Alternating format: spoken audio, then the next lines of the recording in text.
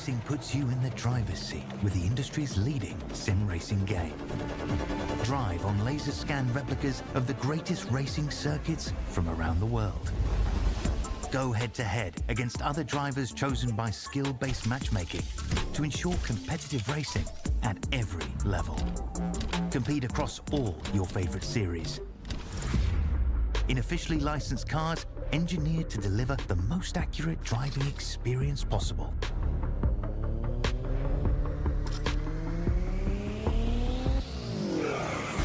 Join a race or host your own with players from across the globe. Race against the computer or in a league with friends. Feel the thrill behind the wheel. Visit iRacing.com.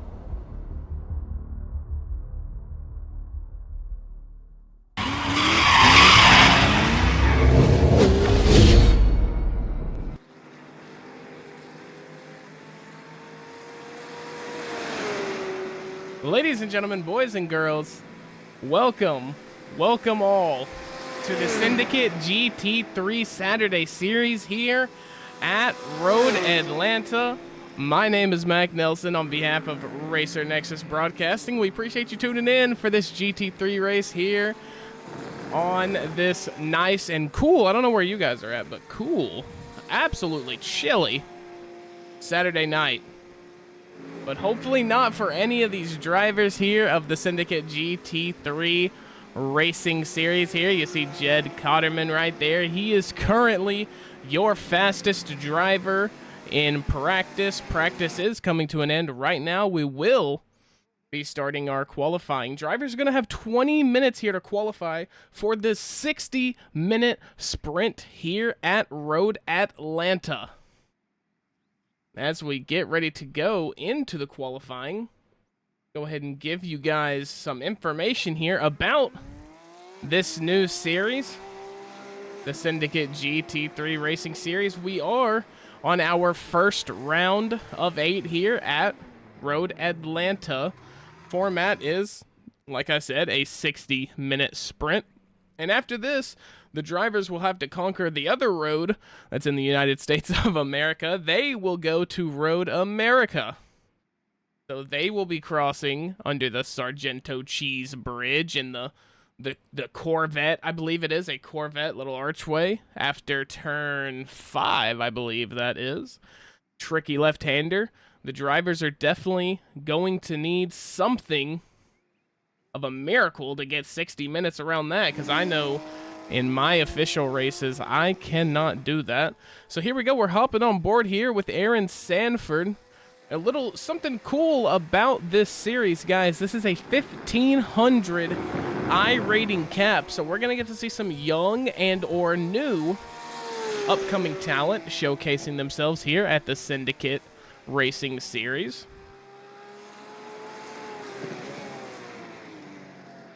As we get into, like I said, commentator and producer Mac Nelson, I appreciate you guys stopping in here with me tonight. Emmett Crow had some things he had to attend to, so he is not going to be here. If he does show up a little late, of course, as always, open arms in the booth here at the Racer Nexus Broadcasting broadcast booth. It is a little chilly in here, though, so Emmett, if you're listening to this and you do decide you want to, get in here, get in the booth with me, it is a little chilly, but it is not chilly here at Road Atlanta. 68 degrees Fahrenheit, that is 20 degrees Celsius. Track temperature is a little warm, but not going to be as warm as usual, as it is just a tiny bit warm. Joined now by my partner. I have called him, I've summoned him, it seems. Emmett Crow. Emmett, how you doing, man? I'm doing just fine. How you doing today, Mac? I'm doing good. I'm ready to see these drivers of the Syndicate GT3 series tackle Road Atlanta here. Yeah, this is a little bit different for me. My first road course race, and I couldn't think of a better partner to do it with than you. Hey, well, I appreciate that. We're going to have fun here as we have 60 minutes here. Like I said, we're on board here with Aaron Sanford. We're going to see what kind of lap he can post As actually, no, we're going a little different way here. We're going Jeff Sanders as he posted a 120.6. That is going to be provisional pole back on board here with Mr. Sanford, as he is going to be coming down the final corner, down that hill. It's completely flat through here, across the line. It is going to be a 120.416 for the 958 Porsche of Aaron Sanford there, rocking that white Monster Energy. That has been taking, you know, the whole entire world by storm, it seems, Emmett. I mean, as soon as they release that white Monster, it's like nobody else wants anything. I've been hearing it nicknamed God's Nectar. I'm not entirely sure if that's true or not, but... Actually, I tried the Lando one. See, here I am, not knowing. Lando Norris? Lando Norris, yes. Yeah. I tried that flavor. Oh, wow, I didn't even know he had a flavor. Yeah, it's just called Lando, and what it is, it's some kind of melon, I guess, in Australia. It's very good. It tastes kind of like a pear, kind of. That's what I'd compare it to. Shout out to all the pears out there. All the pears, yeah. Hey, you know ball, yeah. Emmett knows ball here. Shout out to all the pears. Shout out to Rick Ross, too. Speaking of Formula One, as we see Aaron Sanford here about to post his second lap. Ladies and gentlemen, tomorrow morning, 7 a.m. Central, convert the time zone for wherever you're at. Formula One Championship race at Abu Dhabi takes place. 3 drivers, Max Verstappen, Lando Norris, and Oscar Piastri, can all win the Drivers' Championship. Final race of the season tomorrow morning. You know what's crazy? You know, you just said Max Verstappen is in there. Everyone was wondering, is he washed up? Is he done?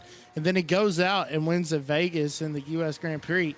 And now he finds himself with a chance to win another championship. Unbelievable. Yeah, I mean, McLaren first half of the season dominance, as everybody knows, but Max has sure driven that Red Bull to a very impressive, I believe, 6 wins on the back half of the season. That could be wrong, but I think he's won 6 of the back 12 races.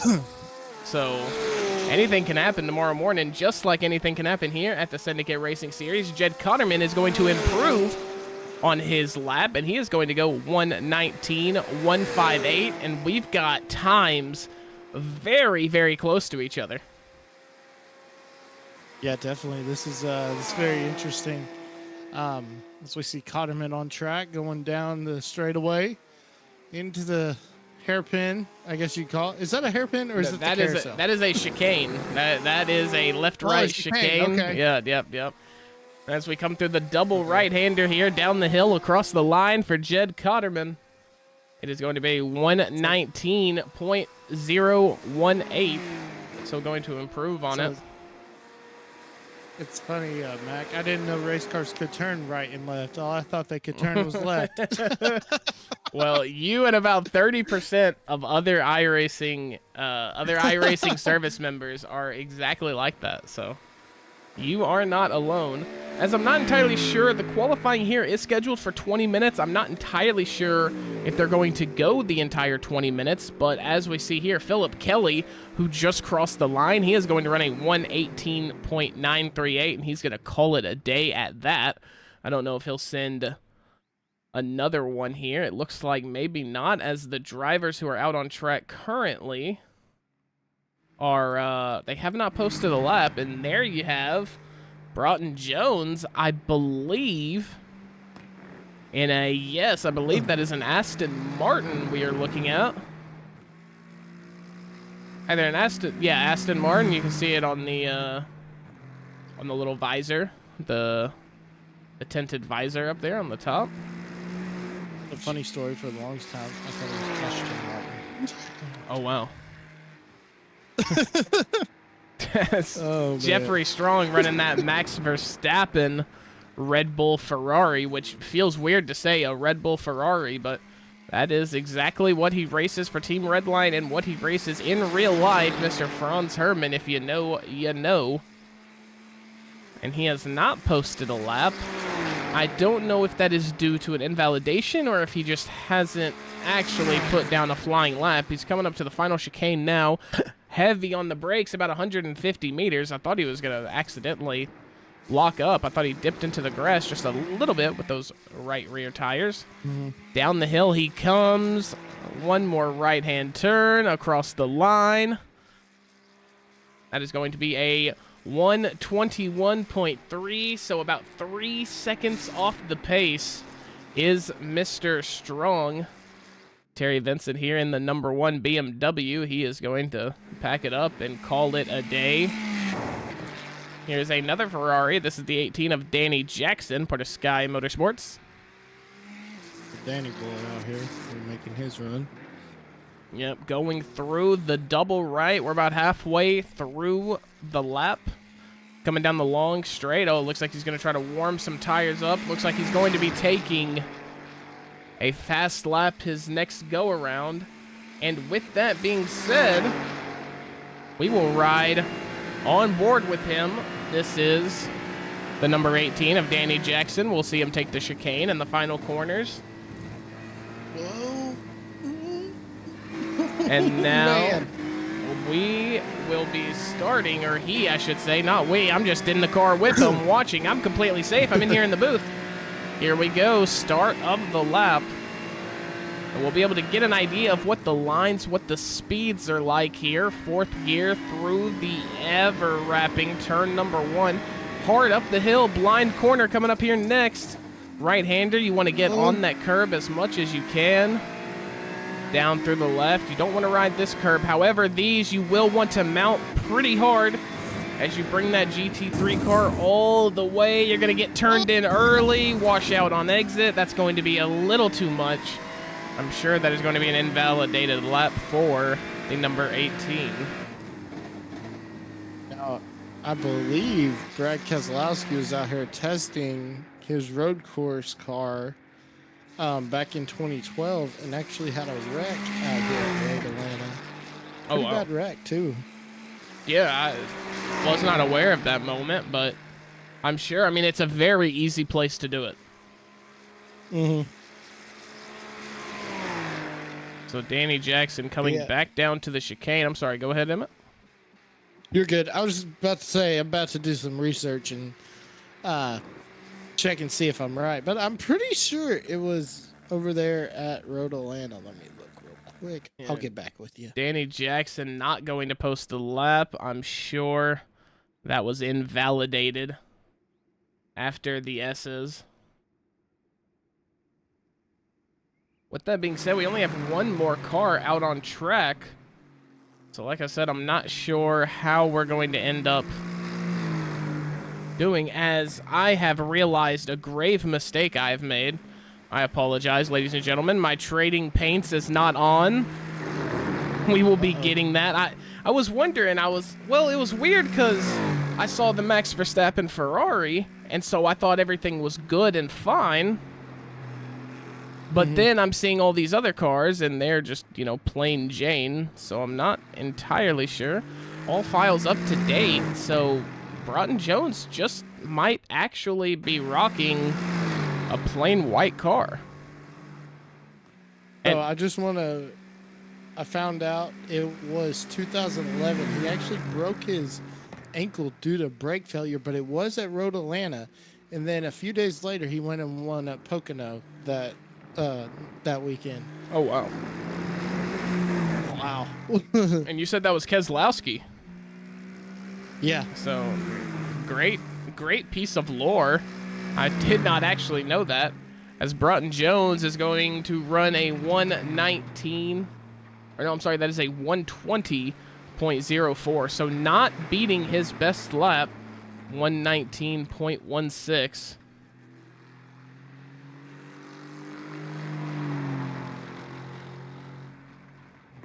So very good on the side of these Syndicate GT3 drivers. Danny Jackson back out on track again. We'll take a look at him. He is going to be coming around the chicane, ready to start his flying lap. Hopefully he got all the wiggles out of his tires here for this lap. Let's try this again. Here we go, on board with the 18 of Danny Jackson.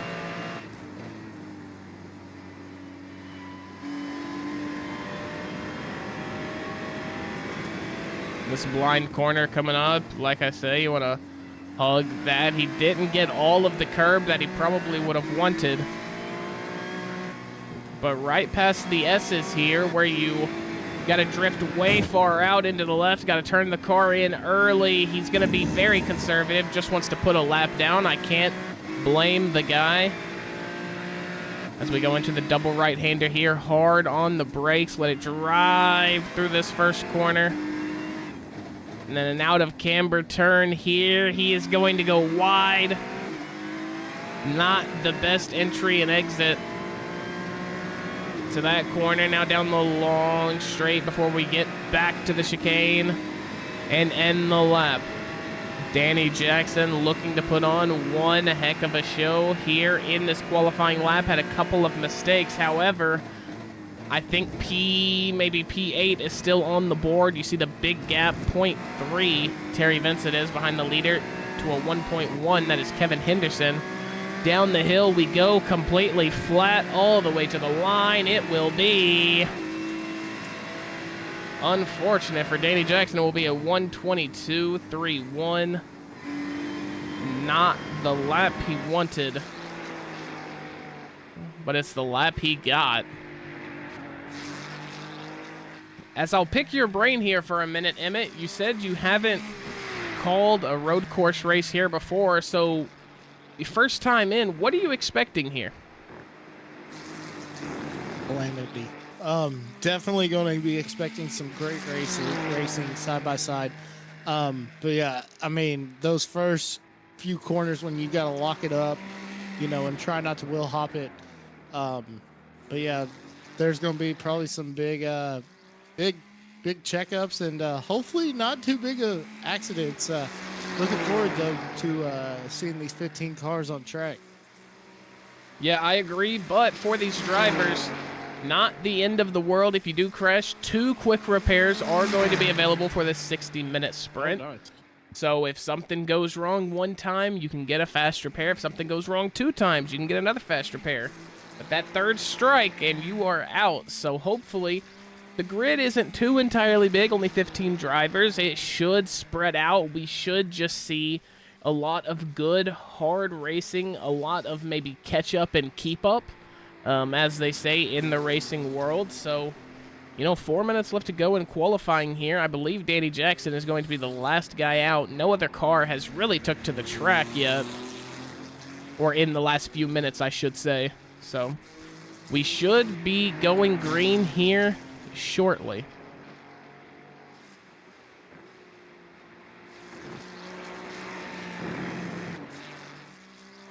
In other news, I just want to add, Indiana has won the Big Ten championship. Oh, Indiana did end up winning. Wow, okay. Ohio State missed a field goal with 2 minutes left. Oh, wow. Yeah, I am shocked. Yeah, so not exactly the day that you would like to see for the Ohio State Buckeyes, but Indiana, man, a lot of people said they weren't a four-rail team. A lot of people said they had an easy, very easy schedule, and they came out and proved them wrong, as Danny Jackson looking to improve on his time here. I'm not sure if he's going to. It looked to be decently fast, but across the line he comes, and it is going to be a 121.75, so he does not change his position, but does improve on his lap time by a very good margin. So shout out to Danny Jackson using up all of this 20-minute qualifying time, trying to get his car tuned in and burning right.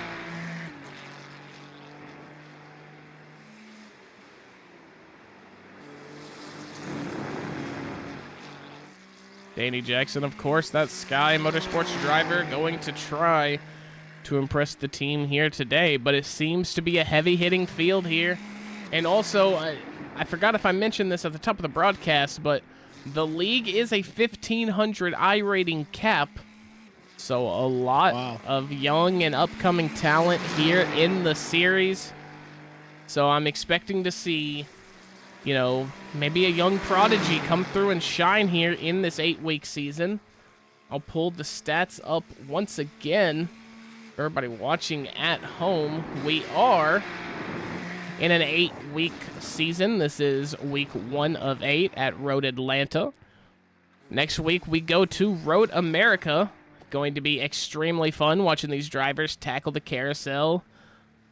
All of that, Canada Corner, what comes with that. And the last sector of that track going to be where we really see some division, I feel like. First 2 sectors, pretty easy to run, you know, up there with the best. But that last sector, man, very, very tricky. Canada Corner, the flag corner after that, into the 2 right-handers going on to the final straight. That straight is where a lot of people make or break their lap. Yeah, and I wish NASCAR would go back to Road America. Such a great race. You know, we saw, who was it, Jeremy Clements win his first career Xfinity race, and then Chase Elliott, of course, won the year he won. I believe that was the year he won the championship. But, yeah, such a great event, and hopefully they get back there soon. Yeah, I think, of course. I mean, Road America, amazing, amazing track. Has been for years, you know, 50, 60 years. It's been an amazing track. It's been around for a very long time. Road Atlanta, though, maybe, just maybe getting up there. The racing it's seen across the sim racing service over the past 2 or 3 years has been nothing short of excellent. And I can't wait for this 60 minutes that we're about to see here. Yeah, I can't either. Sorry about that. I was getting me a little drink real quick. Yes, sir. Yes, sir. Got to get a drink. Got to get rehydrated because we got to lock into this 60 minutes. And with that being said, qualifying is officially over here in the Syndicate GT3 series here for week number 1. So heading into the race, we will try something that messed up on my end last week. P1 is going to be Philip Kelly. P2, Jed Cotterman. This is your starting grid. Row number 2, Broughton Jones, Jeff Sanders. Row number 3, P5, Faraz Ibrahim. P6, Michael Prince. Row number 4 is going to be a BMW on the inside. That is Terry Vincent and Kevin Henderson on the outside. Row number 5, Jeffrey Strong, Ryan Peters. That's a good-looking Mustang on the side of Ryan Peters. P11, Aaron Sanford. P12, Chance Page. Row number 7 is going to be Jacob Lozano. P14, Danny Jackson. And row number 8, John Edwards in that Red Bull Porsche.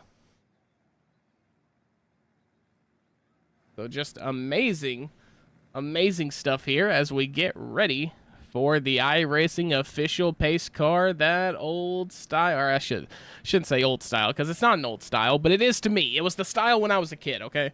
But the iRacing pace car ready to take off here. We'll go 1 lap around, and then these drivers will have no restrictions, no remorse, as they will try to race their way to the front.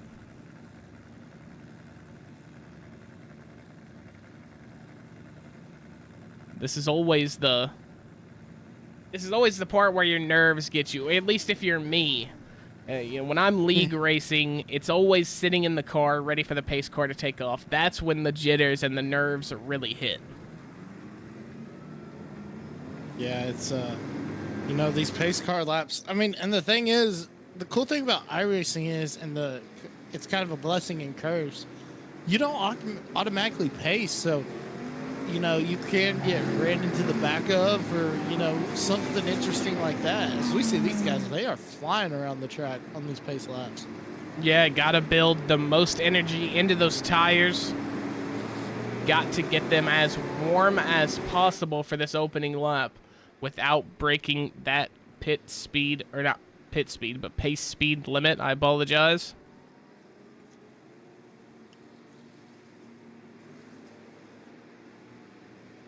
as these drivers get set, get ready. We've only got one McLaren on the field today. That is Jeff Sanders. We were going through the opening grid, and I thought that was a McLaren, but I did not want to call it out. Unfortunately, the McLaren in this new build got absolutely tanked. So not a lot of people use it. Also, only one Aston Martin. That is going to be the white 007 car of Broughton Jones that we saw during qualifying.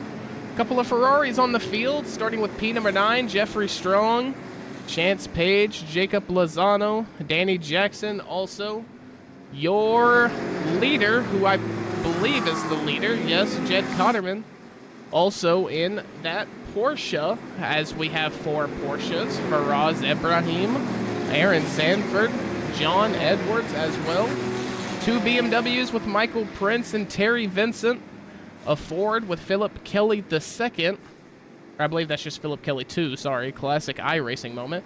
And then, my pick to win it all. I'm just kidding, I'm just a big Chevy guy. Kevin Henderson in the number 3 Dale Earnhardt Corvette.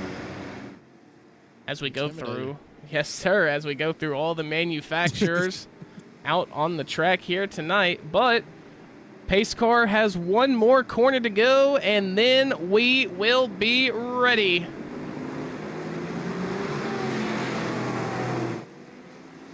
Philip Kelly will have the button. I do believe he is the actual leader.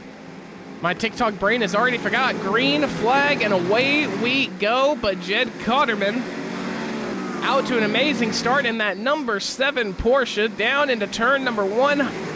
He is going to set his car first, and he gets around Philip Kelly. Jeff Sanders making up a couple of positions here in the McLaren, as there's contact in the back of Mr. Sanders there. That is going to be Broughton Jones. I believe that white Aston Martin, that might have got a little piece of him. Maybe it was the black BMW of Michael Prince. Jed Cotterman here still bringing the heat, already out to an 0.8 of a second lead over Philip Kelly. As we've got a battle for P3 going on, we've got 4 cars side by side racing. Yeah, it looks like, is that Philip Kelly in the Marlboro car? Yes, Philip Kelly, yes, is in the Marlboro Mustang up here in P2. Somebody needs to light a fire under that Marlboro car so we can start smoking the field. Yeah, bro, and that is going to be big contact. A big contact. That is the white Aston Martin not slowing down enough for the chicane. That is going to be rear damage to the McLaren of Jeff Sanders. As now Michael Prince coming down into the start-finish line. They are 4 straight here. Well, I mean, pretty much 8 straight, but here very close. And now that is the Porsche of Faraz Ibrahim, the Canadian driver. He had a good run going into turn 1. I believe he had to back off because of all this action going on up here. He didn't want to get caught. That is... Yeah, I believe that might have been Jeff Sanders, maybe Michael Prince who had to take the escape road. I think it was Michael Prince that had to take the escape road. Now, just wondering, is that a penalty? Do they get held a lap?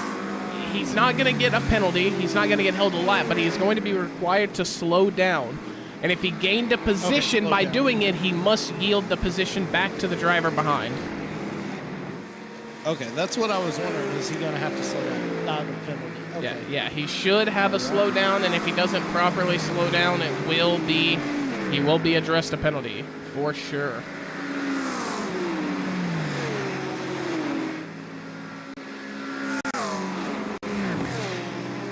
That's a sweet looking. You know, they ran, I think 2311 ran that scheme on a cup car, which that is such an awesome scheme. But I think they, on the Ghost, like the Ghost Flames, instead of silver, I think they put gold on there. Ooh. It was at a road course. I think it was at Coda, maybe. Yeah, it could have. Yeah, could have been for sure. 2311 is. They do always have what seems like some of the best liveries in the NASCAR game. Yeah, they've got They got some really good liveries. Oh, and a little bit of chaos there for the 45 of Michael Prince. That is going to be another off track. He just messed up the entry, and that is going to be Faraz Ibrahim behind. That is going to be major contact. As we'll go back and take a look at that.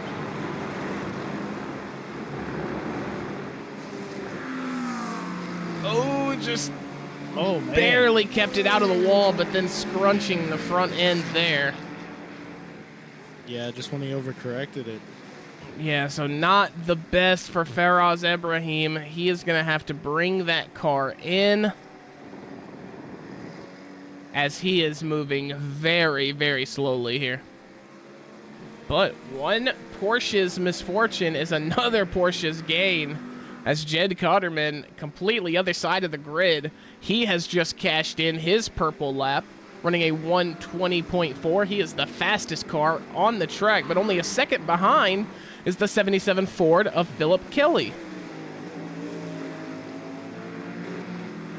Yeah, definitely.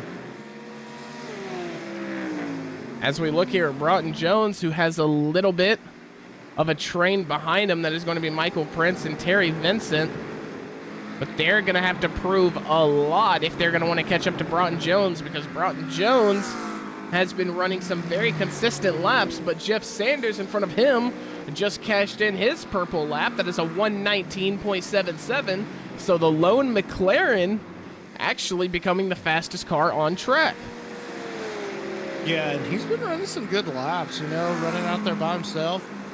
Not too close to second, running just P3 as these couple of cars behind him keep battling.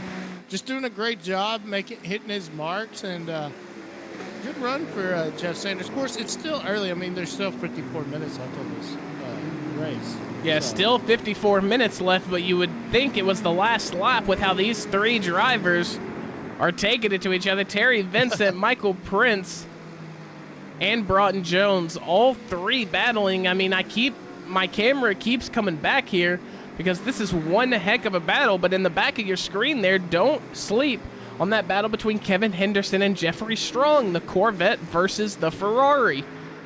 As we take a look at this Intimidator Corvette, go ahead, Emmett. I was going to say, there's the movie Ford versus Ferrari, but this is Chevy versus Ferrari, showing the American muscle next to that European elegance, power, and yeah, definitely European elegance. Yeah, fantastic movie. And it ended with Ford getting kind of booted over by some bad rules. Of course, the famous, legitimate and true story of Ken Miles during the 1966 Le Mans race, I believe. That could be wrong on the year, but I think it's around 66. I think so. I have to go back and watch it. I haven't watched it. I think I've seen bits and pieces of it, but I don't think I've watched it. Oh, it's one of my favorite movies of all time.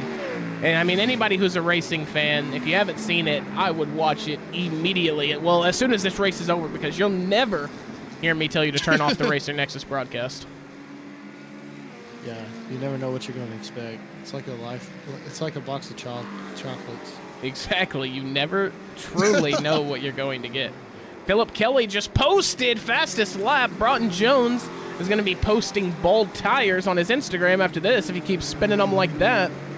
Broughton Jones having trouble wrangling the car around this first sector, which is by far the trickiest sector here on the track. But he is going to hold on to that P5, and we keep moving. Yeah, look at Broughton Jones doing a great job. Just riding around there. Yep, riding around in P5, getting his car set, hitting his marks, hitting his apexes, and you really can't ask for anything better than that. 52 minutes still here to go. We've got a pit cycle that we're going to see probably around, I would say, 15-20 minute mark. It should come pretty late in the race, but Michael Prince here does have the slipstream. He is going to try. He has the inside line. Braking a little later. Can he make the corner? He will, but a switch back by Broughton Jones. That is not going to work. Michael Prince is going to keep the position, and that is P5 for Michael Prince. So Broughton Jones got caught sleeping when I just said he was doing everything by the book. Yeah, definitely, and he was doing a great job. Sorry about that. But what a move by Prince, to get him with the, the slipstream, the slingshot, the draft, whatever it's called. But great job by Prince to overtake that position. And another great defensive move by Prince as we see, oh my gosh, Philip Kelly off track. Yeah, Philip Kelly, that was your P2 runner. We'll go back and take a look at that. He's going to go off track here at the end of the S's. Replay on your screen now. This is the 77-4 to Philip Kelly. Yo, just going to get real loose. Just barely hits the wall, though. That, all things considered, is not too bad. Yeah, not too bad at all. But like I was saying about Michael Prince, a great defensive move to block Broughton Jones from completing the the switchback or the crossover move. Yeah, I agree completely. As we see John Edwards in that Red Bull Porsche, unfortunately, already getting lapped here, not even 10 minutes into the race, so not exactly the day he would have hoped for. But the other Porsche holding it down at the other end of the grid, this is Jed Cotterman, boasting an impressive 3.2 second lead over the McLaren of Jeff Sanders.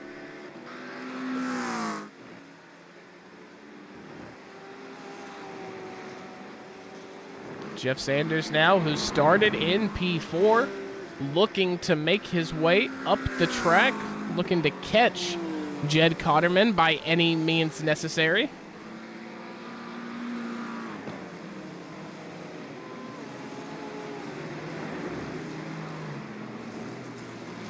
Yeah, Michael Prince right here. Yep. Trying to get past it. I believe this is the lap machine of John Edwards. No, this is Terry Vincent here. This is the one car of Terry Vincent here. Great run coming down this back straight. I'm not entirely sure. He can hit it right here on the chicane. Or, yes, I am sorry. This is the 99. Yes, this is the 99 of Faraz Ibrahim. So another lapped car. Yes, you are right. Not John Edwards, but it was. It was Faraz Ibrahim. Right. Yeah, yep. You had the lapped car part of it right. Faraz Ibrahim. As we hop on board here with Michael Prince. The sound is a little dampened here in the onboard. But let me tell you, this BMW is roaring. Over the hill through the S's here for the left-hander. Got to turn in early. That's going to be late. That is going to be a slow down. I'm sure of it, for Michael Prince. Going to be able to make it up in these next two corners. As brakes real early, coasting through that. I'm sure he got some sort of a slowdown for that. Yeah, if he can just get up to that BMW of Mr. Terry Vincent, he might have a chance to challenge Jeff Sanders and Jack Cotterman. Yeah, and funny thing about these BMWs, Terry Vincent, the BMW in front of him, has done the fastest lap with a 119.21. Michael Prince behind him, who we just hopped on board with, is only trailing that fastest lap by 1/100th of a second. So these BMWs very, very fast on track right now. Yeah, they're definitely fast. The old Beamer's looking fast, but I tell you, Jeff Cotterman's doing a great job. I mean, it's about, 9/10 of a second difference? Yeah, about three whole seconds back from Jeff Sanders. But in terms of lap time, he is currently running 0.3 slower than that fastest lap posted by Terry Vincent. So seems like maybe he used up a lot of his stuff early. I mean, we're only 13 minutes in. These tires are definitely not worn by any means. So it's not a matter of tire degradation. I think it's just the BMW, that weight going into those S's perhaps might be what's giving them an edge. Yeah, and also, you think he's trying to save fuel? I mean, there's a chance. I'm not entirely sure what kind of fuel you know, what kind of fuel cell, what size fuel cell we're rocking here. I'm not entirely sure if the rules state that you must take a pit stop because, you know, when you're endurance racing, an hour, that's your stint. You know what I mean? So these guys, theoretically, if they are running some sort of endurance package, which I doubt they are, but if they were, they would be able to make this entire race without a pit stop. Granted, they'd be slow, but they'd be able to do it. But I'm sure these guys are going to have to pit for fuel one time. It just kind of makes sense to. Yeah, definitely. Speaking of endurance. Or, sorry, go ahead. I was going to say, speaking of endurance, weren't we, a month or two away from the 24 at Daytona? Yes, sir. Yes, sir. We are a month away. The 24 Hours of Daytona taking place in January. Yours truly here. Mac Nelson, I will be running in it. I ran in it last year. Will be running in it this year. Trying to find a win. I didn't get the win last year. I only got P8. Yes, I got P8. As we've got side-by-side racing here, that is Terry Vincent and Jeff Sanders, BMW versus McLaren. Both cars have looked extremely good. Jeff Sanders is going to have the inside line, but not able to put his car up beside the BMW. He is going to have to back out of that. And Terry Vincent is going to keep that position for now. Yeah, so, fun fact that I didn't know, you probably knew, but if you attend the 24-hour at Daytona, you don't have to stay the whole 24. You can come back and go as you please. I did not know that. Oh, for like, if you're like there in real life, like spectating the event? Yes. Oh, yeah, for sure. Heck no, I'm not staying there 24 hours. I always thought that. I was like, so, do they stay there for 24 hours or what? Nah, you gotta be crazy. You gotta be crazy to sit in the bleachers for 24 hours in January. Nah, I'm good. At least you're in Florida. Yeah, you are in Florida. That is true. Closest battle right now going to be Chance Page fighting for that P8 spot over Ryan Peters. We'll get you locked in on that. We'll update you on if anything in the top 5 changes or gets close. But for now, it is a 2-second lead from Jed Cotterman to Terry Vincent. And then 3 seconds, or I guess 1 second back from him, is Jeff Sanders. And then 4 seconds, Michael Prince. And then 2 to Broughton Jones. So the top 5 really spreading out here in the opening half of the race. Yeah, definitely starting to spread out as Cotterman has jumped out to a 2.3 second lead, 2.2 second lead. Over the second place car, but as we ride on board with Chance Page, yep, Chance Page.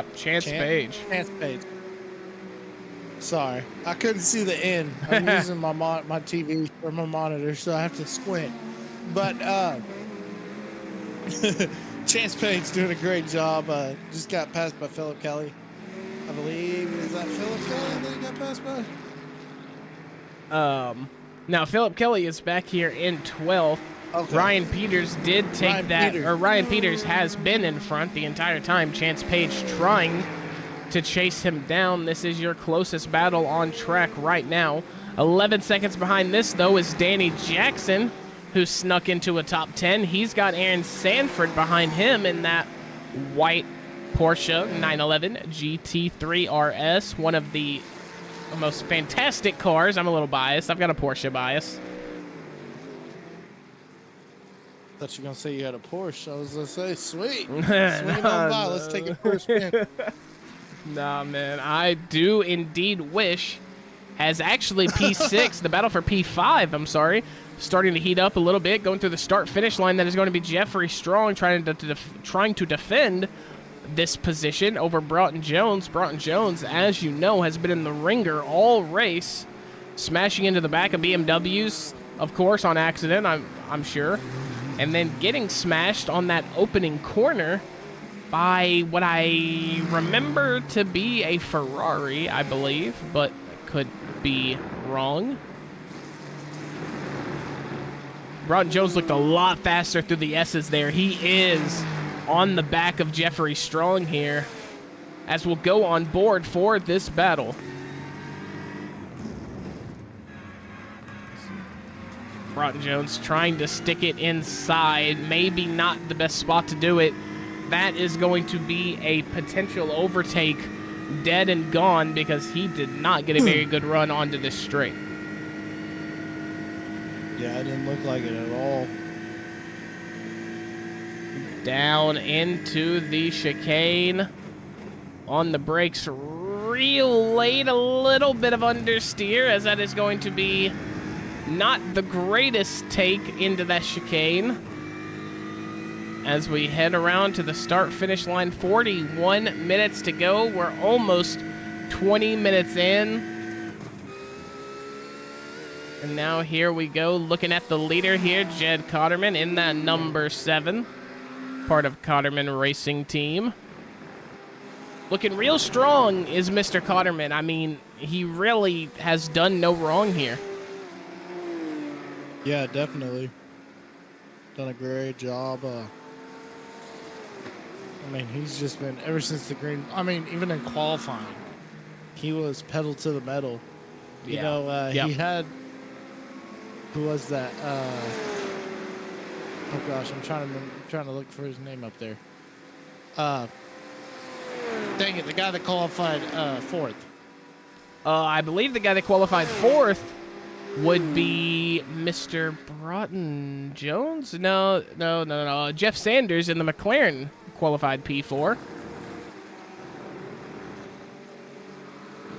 You know, did a great job qualifying, Jeff Sanders did.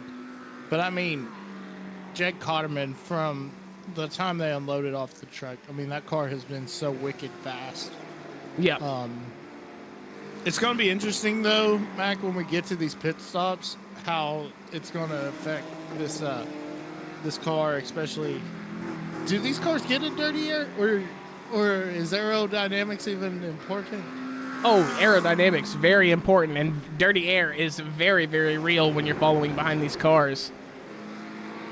So definitely something, definitely something as we get later on into the race.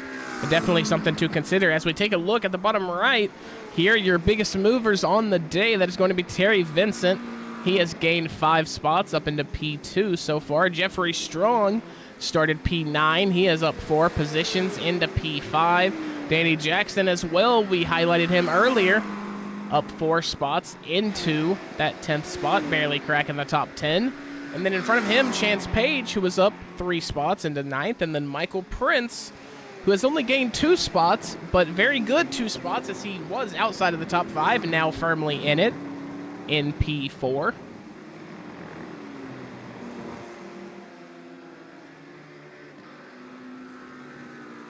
So that is going to be your biggest movers on the day, brought to you by Racer Nexus. Racer Nexus, great broadcasting company. If you're wondering about getting your races broadcasted, slide over to Racer Nexus Discord, where the lovely Mr. Rob Campbell. Why did I say Will Campbell? Rob Campbell will be assisting you. Where did I get Will Campbell at? I don't know. That sounds familiar, though. That sounds like it might be a name. As Broughton Jones, Sounds like a football player. Broughton Jones just gets so close to that 17 Ferrari of Jeffrey Strong, but then he tries to shortcut a corner. He takes a little too much curb, and then his run is defeated. He needs to stick on the asphalt, and he needs a really good run out of this corner here, going on into the final straight. That is the double right-hander that they just took. It seems like they might have Broughton Jones here. He might have a good run, as the lead is very slowly dwindling down to 4/10, make it 3/10, as he is not going to have room for it, but it is getting very, very close. We will stick on board with this battle. Nothing in your top 5 has changed in the last few laps. However, Broughton Jones has brought it into the pits, so a little bit of an early pit stop in for him. as Terry Vincent in that BMW. We highlighted it earlier, Emmett, that the BMWs were the fastest cars on track. That is still to be, as Terry Vincent has worked his way all the way up to P2, and he is chasing down Jed Cotterman. Yeah, and he's caught Cotterman each and every lap. I've been watching this, Mac, these two go at it, and what a job by Terry Vincent. You know, he had the fastest lap of the race so far, and now we see, now we see that power of that British car, European, whatever it is, trying to get alongside of Cotterman, but Terry Vincent, great run for sure. Yeah, BMW going to be a German manufacturer, I'm pretty sure. That's right. Yeah. Pretty, I couldn't yeah. remember. I'm pretty sure, as the American geography knowledge is showing bright here through this booth tonight. Hey, what do you know, though? Can't blame Mr. Emmett. He doesn't call road course racing. Proud to have him in the booth here with me. Are you having a good time as we enter about halfway through this race? I'm having a great time.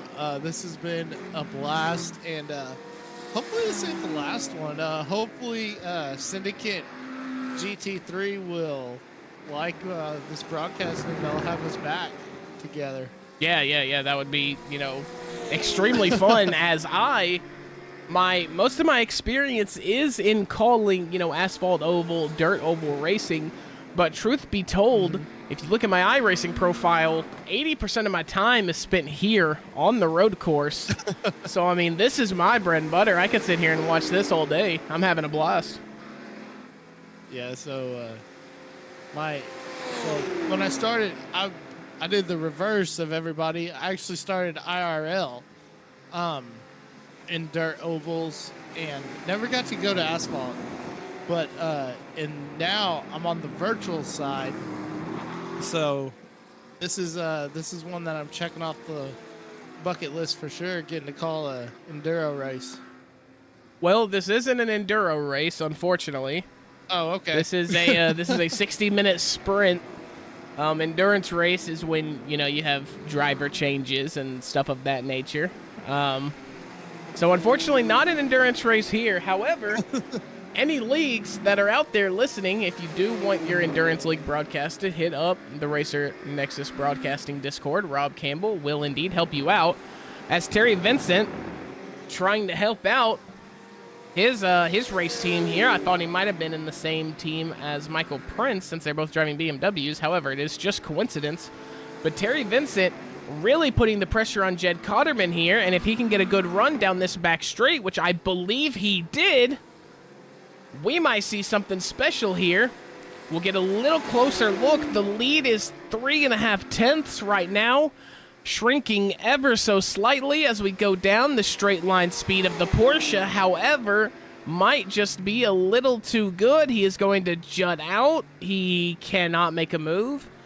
And through the chicane we go, and another lap in the board. Oh, here he goes.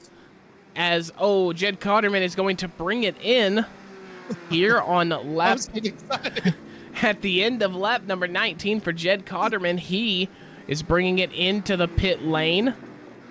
So Terry Vincent now taking your lead. He is up 6 spots and into that first position. Question 1, what is liquid moly? And I got too excited because my gosh, he almost took that lap car almost took him out. Yeah, that is the Marlboro, I believe. No, that's yeah, that is the number 12. That is Ryan Peters, who was in a battle earlier. Unfortunately, just not very fast through those S's. Terry Vincent almost running into the back of him. He flashed his lights, telling him to get over, which is the proper rule of racing. Back markers are required to move out of the racing line whenever a leader is around them. So we'll get the blue flag with the yellow stripe. Yes, sir. Blue flag for the back markers. Terry Vincent making his way around and around Road Atlanta as we near halfway to go. 32 minutes left in this race. We've gone 20 laps, so expect to see about 41 or 42 laps here in this race. Once again, unfortunately, don't really have anything big progressing, as Danny Jackson is going to be your third place driver, as he has not taken a pit stop.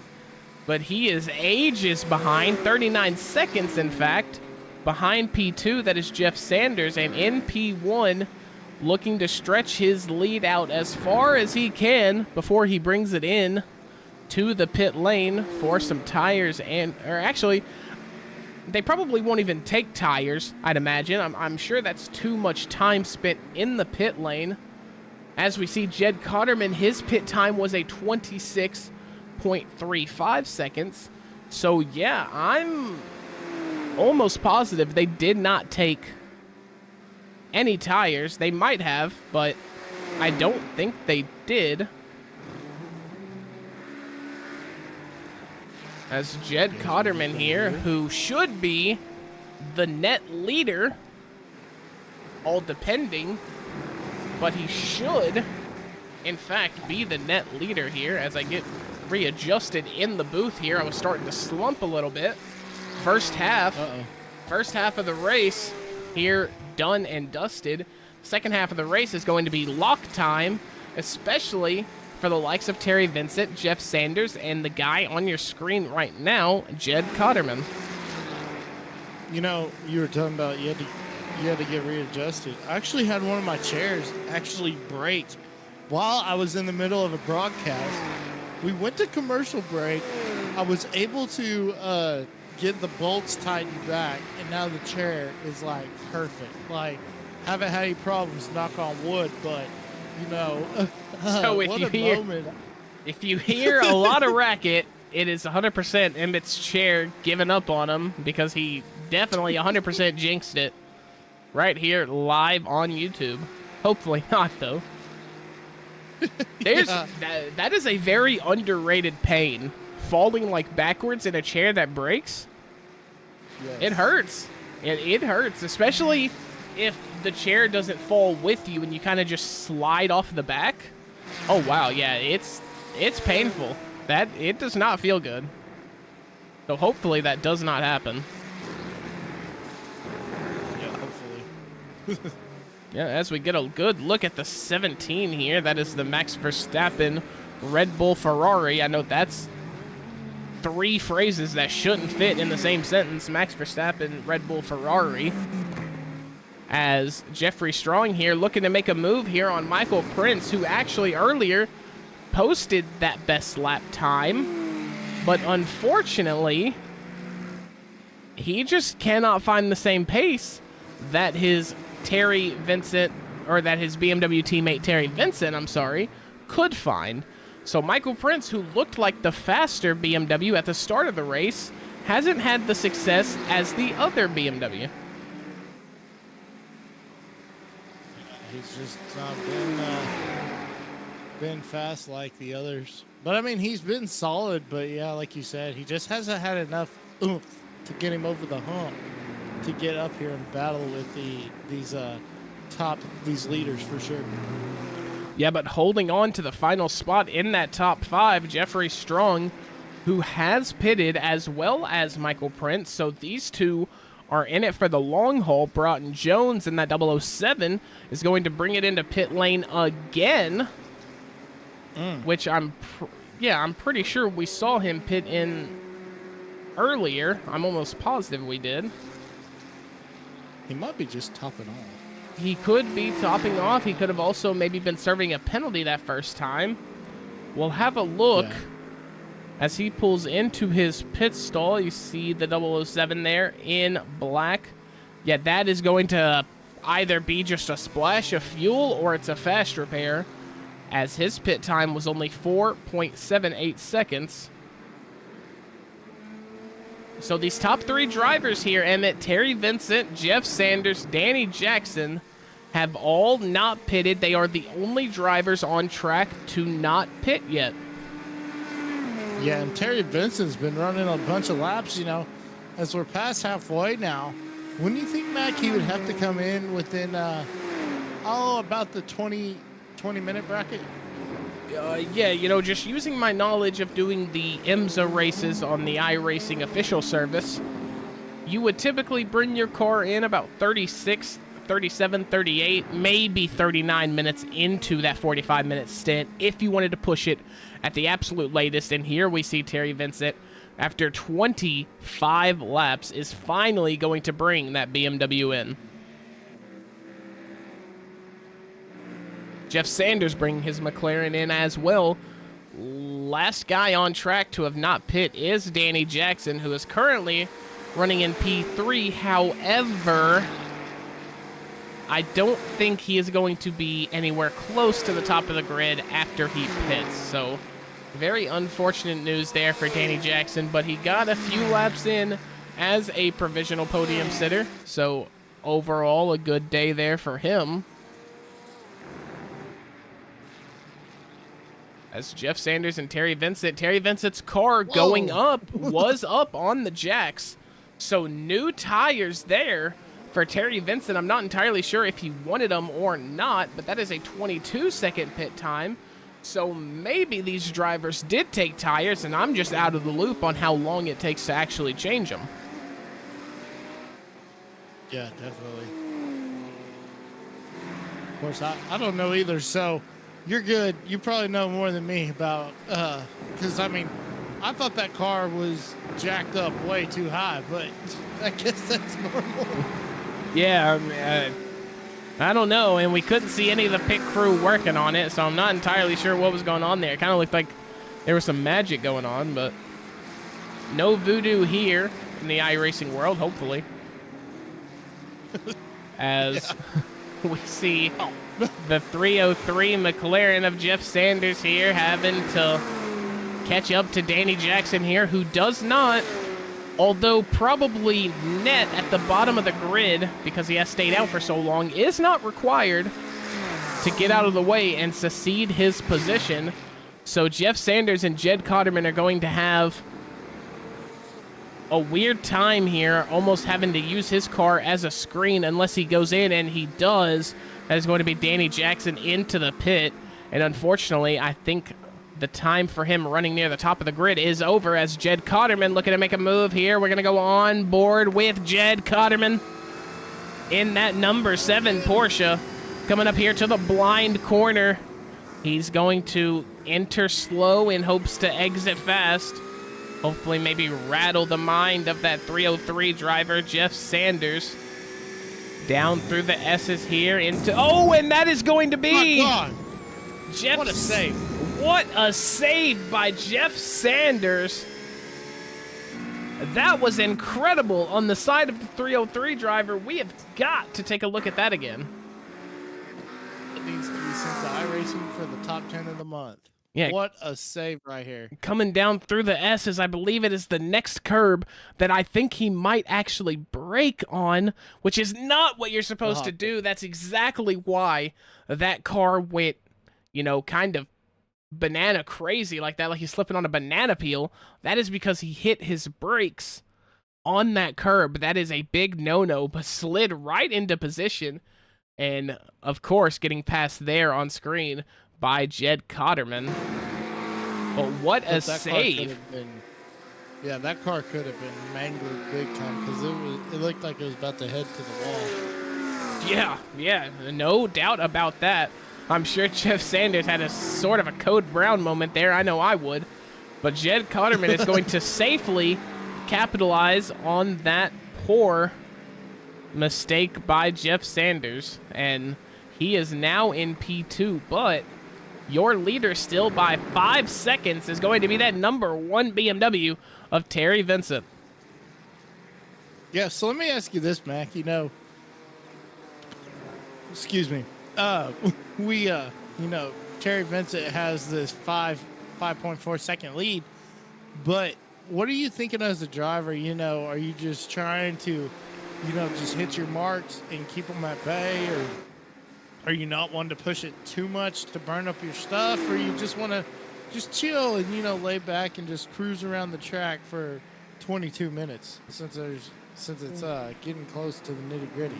Well, you see, that's what makes road course racing, in my opinion, so freaking awesome is that a driver that is not giving 100% and is only giving 97% to be safe, you'll see it in those lap times, and that lead will evaporate very, very quickly.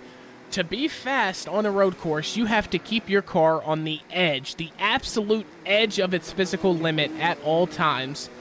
And of course here, since we have a 1500 I rating cap, these drivers more than likely aren't putting these cars on the edge of their limit the entire time, and that is completely okay. But what they are doing is they are driving on the limit that is comfortable to them. So in reality, the car can probably go 6% more into those corners, but they just aren't doing it because they don't know what their car is capable of. That is going to be a very wide right-hander there on the side of Terry Vincent. That is going to compromise his back straight. But like I was saying, you know, you have to give 100% at all times here. So there is really no cruising. If it was the last lap and he was up 5 seconds, yeah, you know, go out there, kid. Bring it home in one piece.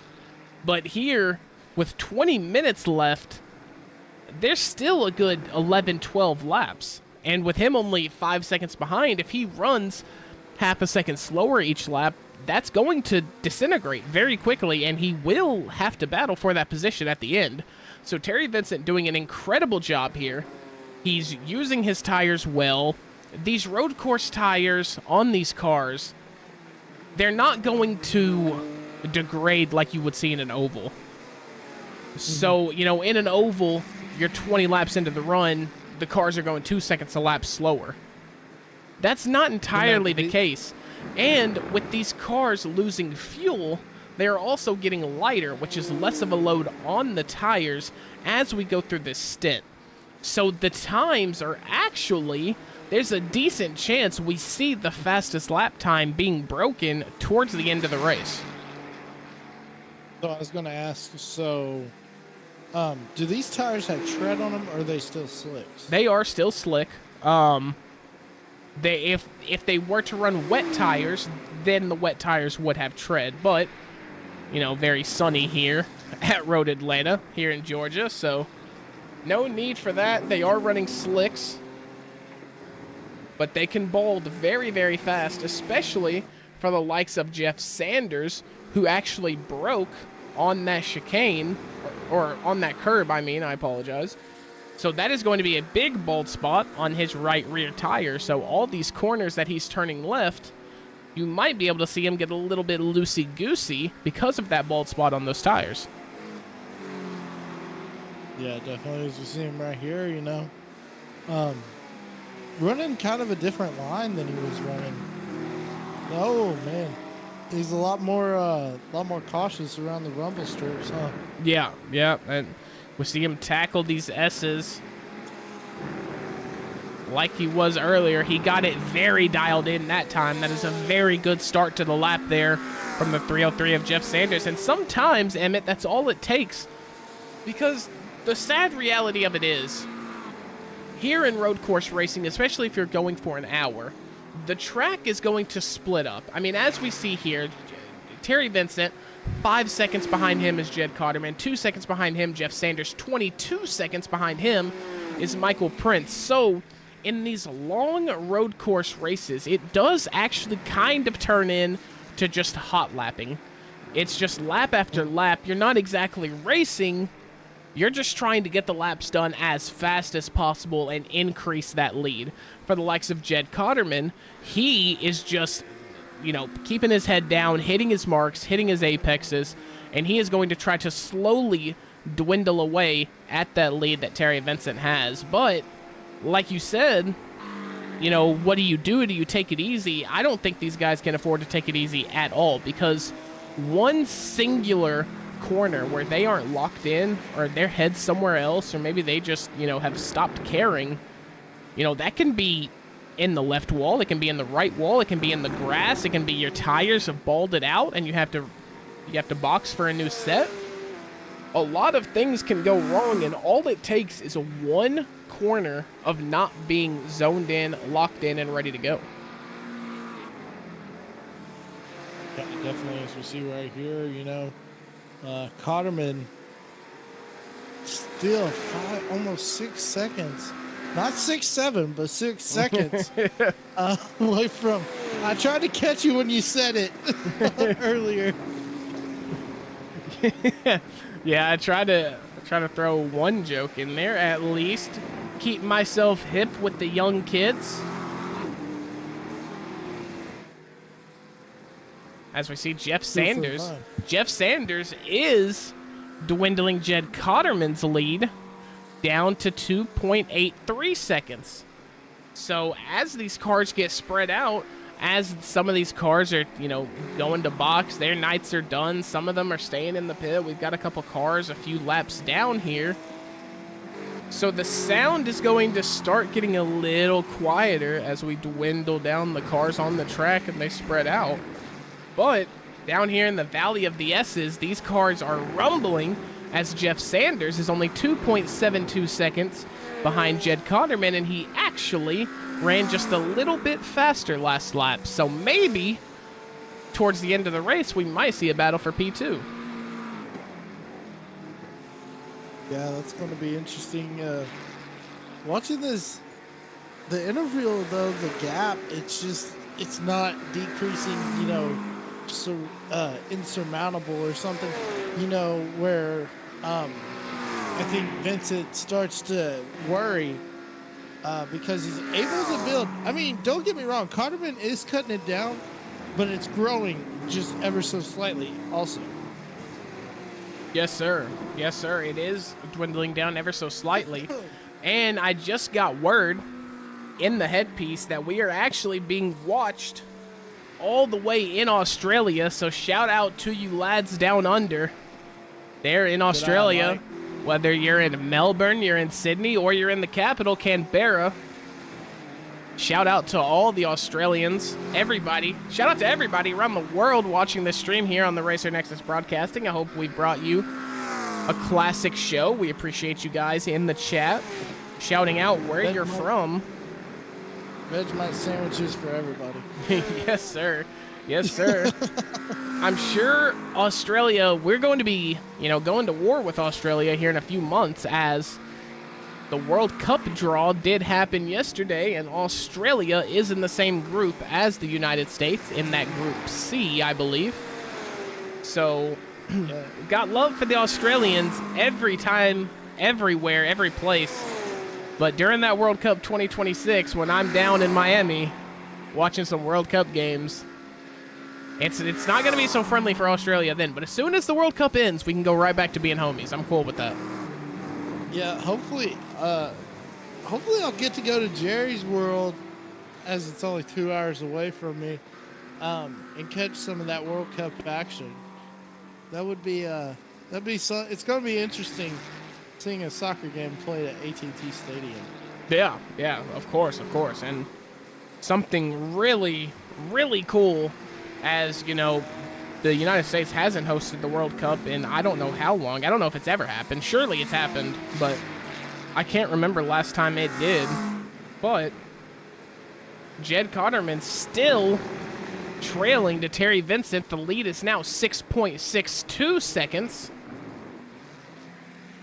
As Terry Vincent in that number one BMW, 13 minutes left. He's driving it home. We are getting into the realm where he can go half a second a lap slower, still have the lead by the time this 13 minutes is over. Philip Kelly has gotten a yellow flag. Not sure if he went off track again, but... Ooh, meatball.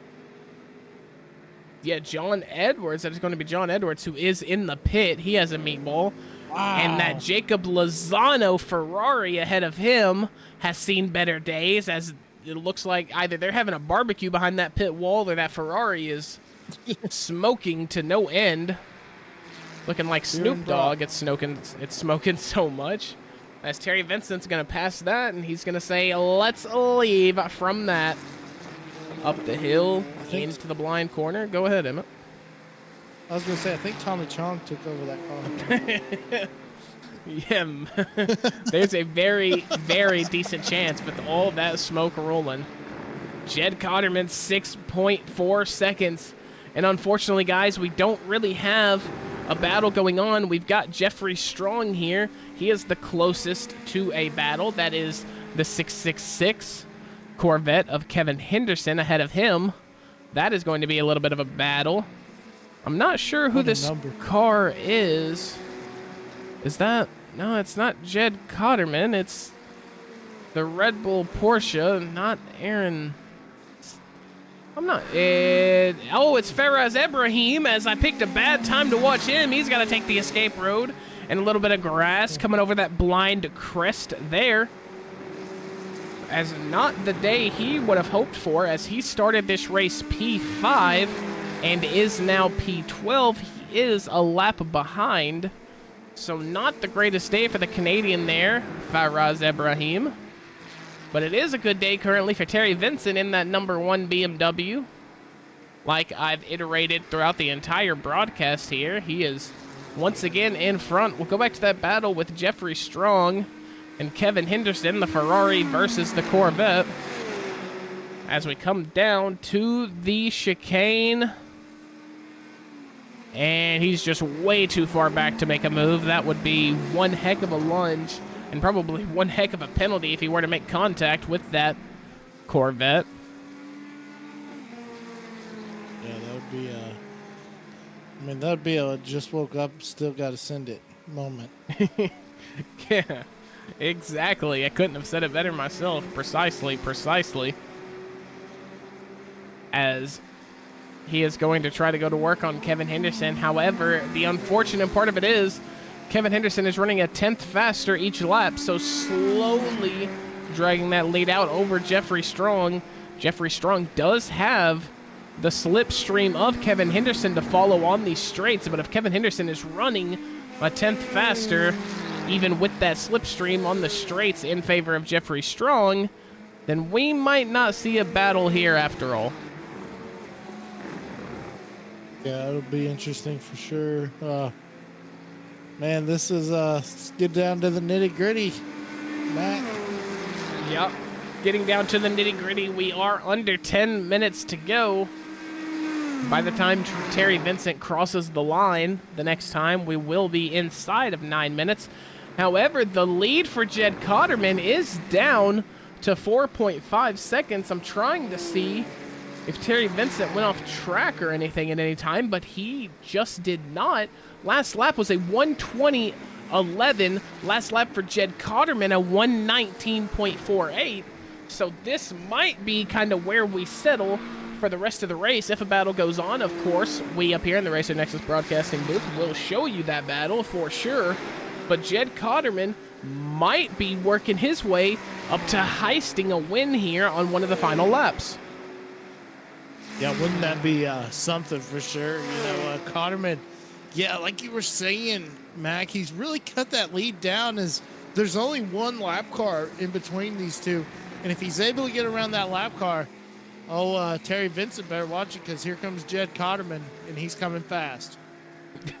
Yeah, exactly. I couldn't have said it better myself there. Jed Cotterman, lap number 38 here, is going to try to work his way up through the positions. He does have one lap car, like you said, that he does have to pass. That position will probably be succeeded to him in the back straight, unless that Ferrari wants to just slow down a little earlier. He could do it on this little mini straight here. And he is going to, but he is not going to stop. Compromising his line. No, he does not. Man. He does not. That is going to be very, very close there, however. I believe that is Danny Jackson, yeah.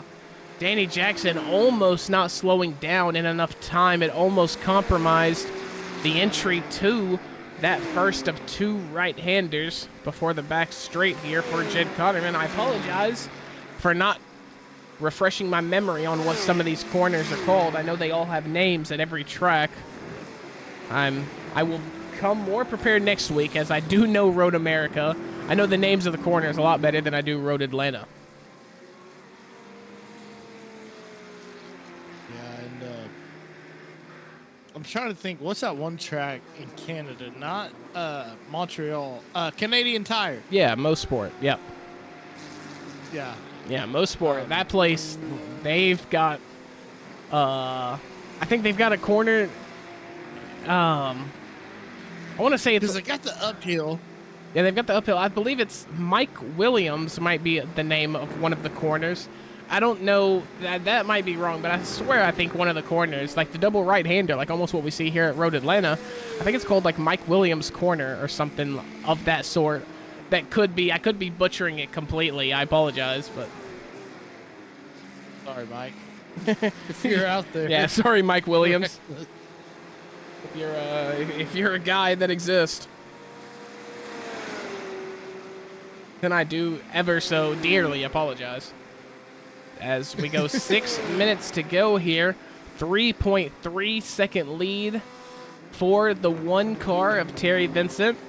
But this 7 Porsche of Jed Cotterman, he is getting closer and closer. 0.4 faster on the last lap. As we go through the start finish, we'll update you on who went faster that time around. That was lap number 39. It is a 1:19.77 for Terry Vincent, but it's a 1:19.30 for Jed Cotterman. So 0.4 in the right direction, but he's going to have to go a little faster than that.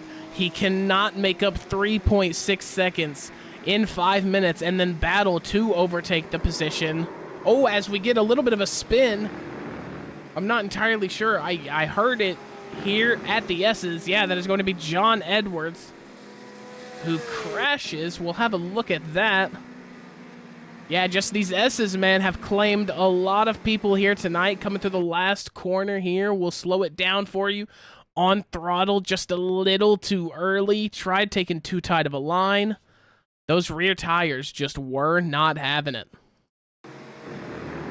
Yeah, and he must have had some huge damage because he's been in the pits for quite a while. 32 laps to be exact. Oh, wow. Oh, wow, yeah, he has only completed 8 laps in this race. Wow. So John Edwards not exactly prepared here tonight, unfortunately. As Jeffrey Strong did indeed pass Kevin Henderson for P5. We'll go take a look at that. Here they come around the double, or no, that is the blind corners, as that is just going to be major contact between the two cars as we head down into the S's. I'm not entirely sure exactly what happened. We're going to take a look at that again. We're going to slow it down here, get a little bit, maybe a better look as they head into that right-hander. And then they got to switch it back early for the left. That Max Verstappen Ferrari just... Oh, man. That's hard to say. Kevin Henderson should have left a little more room. Yeah, Kevin Henderson should have left a little bit more room. However, Jeffrey Strong really had no business putting his nose in the corner like that when it was that tight of a space. So really just a racing incident and very preventable from both parties. Yeah, meanwhile, Mac, the lead has shrunk down to 2.7 seconds, and we have 3:27 left in this race. Yeah, 2.7 seconds. Jed Cotterman ran 0.3 of a second faster last go around. That is lap 40. Lap 41 is now in the books for both drivers. And Jed Cotterman only going... Oh, he does go 0.4 faster. So it is 2.6 currently, but... Emmett, I just don't know if he's going to be able to catch him.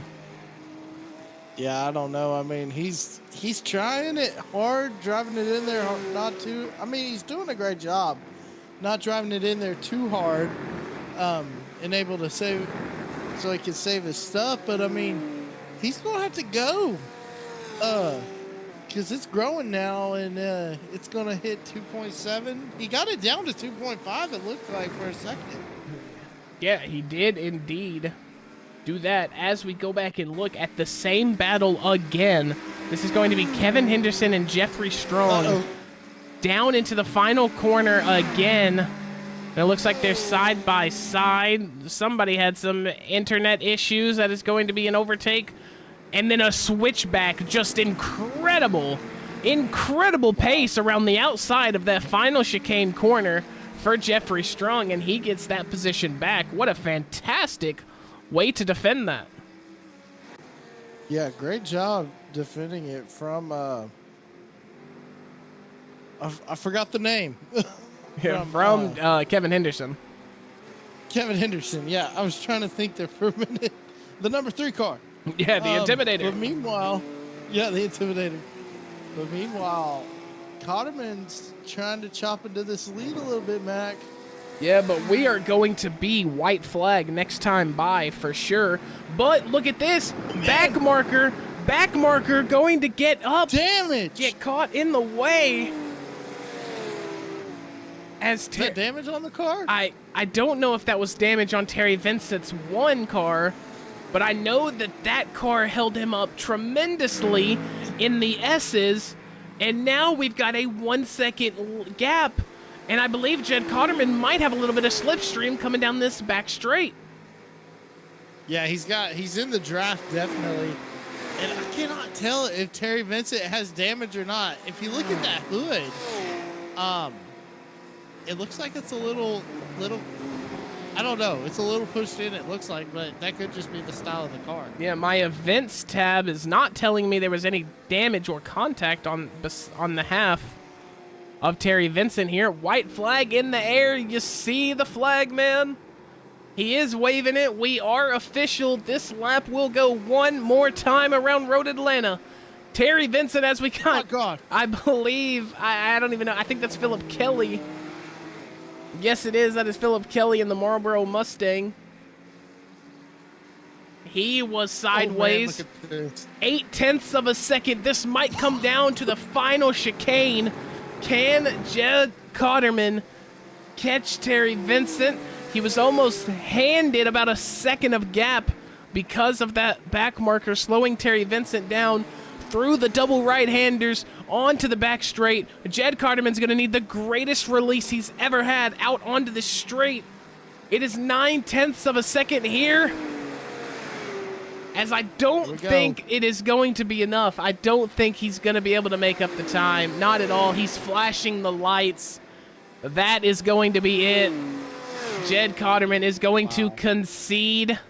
Well, not really concede, but there's just no way he can catch up. And Terry Vincent drives one heck of a race from 7th place to P1. Terry Vincent wins the opening round of the Syndicate GT3 series. Yeah, it was just about, I mean, when we saw Cotterman pit and Terry Vincent stayed out, but we knew Vincent was fast, but oh my gosh, look at all the damage on the track. Yeah, a lot of debris littered there going up the hill after turn 1. And what a race. What an absolute race from these guys here. Wow.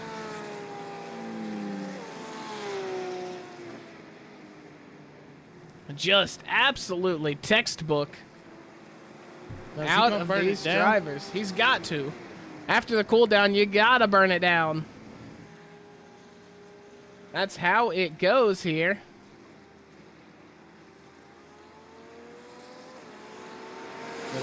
Congratulatory bump from Jed Cotterman.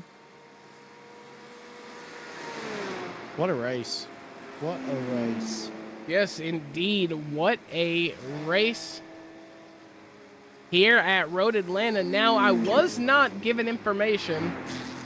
On if the top 3 drivers would be interviewed here tonight. There is no waiting room up here in the booth, so I'm not entirely sure how we're supposed to go about that.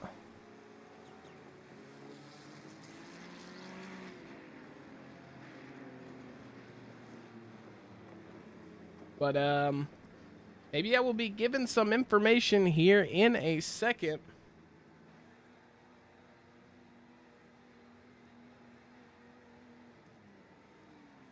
As we appreciate you guys here sticking with us, we might be able to get an interview here for these top 3 drivers. Don't go anywhere. As that is Barney the Flagman's European cousin. very sophisticated. Bernard, the flag man, Bernard person. the flag dude, man. The flag dude. As- The flag, Mister. Yeah, as Terry Vincent is going to burn it down here, looking like He Seth tore off the Rollins. spoiler. He did indeed tear off the spoiler. As was. Actually, it's Bernard, the flag gentleman. There we go. Oh, okay. Fair enough. Fair enough. Fair enough. As once again, I'm just not entirely sure if we are giving interviews or not. But in case of the event that we are not, as I wait for some sort of information here, we'll go ahead and run you through the results of the race here tonight at Road Atlanta. Starting from the bottom, going up, John Edwards in P15, Jacob Lozano in P14, Broughton Jones in P13, Feraz Ibrahim in P12, Chance Page in P11. Starting your top 10, Aaron Sanford, after having trouble early on in the race, he is going to squeeze one out. Danny Jackson in P9, Philip Kelly in P8, Ryan Peters P7, the lone Corvette out there, Kevin Henderson, going to be in P6. Jeffrey Strong is going to begin your top 5. Michael Prince P4, Jeff Sanders P3, Jed Cotterman in P2, and your winner here tonight in the Syndicate Racing GT3 Series, the BMW driver of the number 1 machine, Terry Vincent.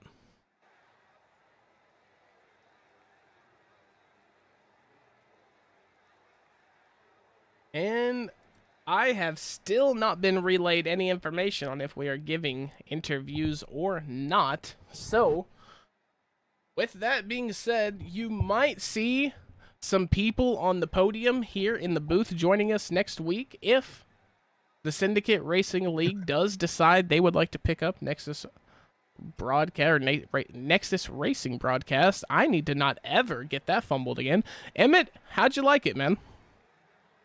It was interesting. I was I thought there for a second Terry Vincent was just going to blow the doors off everybody, but the lap car of John Edwards really helped Jed Cotterman, and I was really on the edge of my seat when I started seeing, because when we were watching it, I saw Cotterman, I saw the gap just shrinking, and when I got to 8/10, I was like, oh my gosh, something's wrong, and then looked up and I was like, oh, that's why. Yes, sir. Yes, sir. Well, great race though. After one round of the Syndicate Racing GT3 Series, and after 60 minutes of track time, I must say I cannot wait to see how these new up-and-coming road course drivers handle this entire season. Even if it's not broadcasted, I'll still be keeping up with it, because that was really, really fun to watch. As you see here, we were in the city of Brazelton here in Georgia. 2.52-mile track. It was 106 degrees out there by time of the race. That is track temperature, by the way. But yeah, my name is Mac Nelson, joined by Emmett Crow. This was a Nexus. Hey, Terry, are you in here for an interview? I did not really ever know if we were supposed to have interviews or not.